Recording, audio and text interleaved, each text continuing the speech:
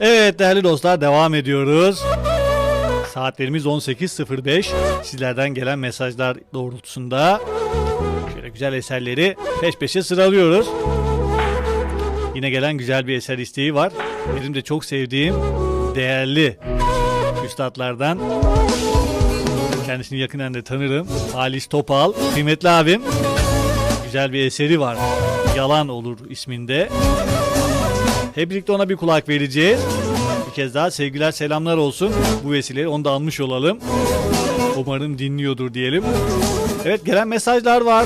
Herkese sonsuz teşekkürlerimi sunuyorum. Hacı Gökdemir, kıymetli abim, memleketime, hemşerime sana da selamlar olsun. Hanifi Günaydın, Sultan Gazi Cebeci Mahallesi. Mezarıma gelme gelme. Kendisinin eşi Necde ablamız Cebeci Mahallesi muhtar adayı. Onlara da sevgiler selamlar olsun. Evet, Halis Topal, değerli üstaddan şöyle güzel bir eser var. Dediğimiz gibi Yalan Olur isimli bir eser. Ona bir kulak verelim istiyorum. Ardından mesajlarla burada olacağız değerli dostlar. Bir yere ayrılmayın. Sercan Egehan, sana da selamlar olsun kardeşim. O da şu anda Bursa'dan bize kulak vermiş.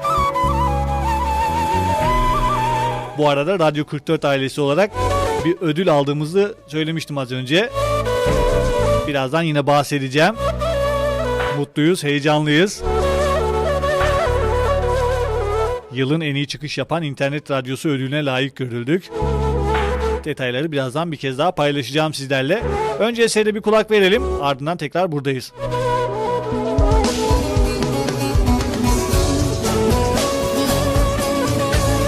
Hasan Tik yayında.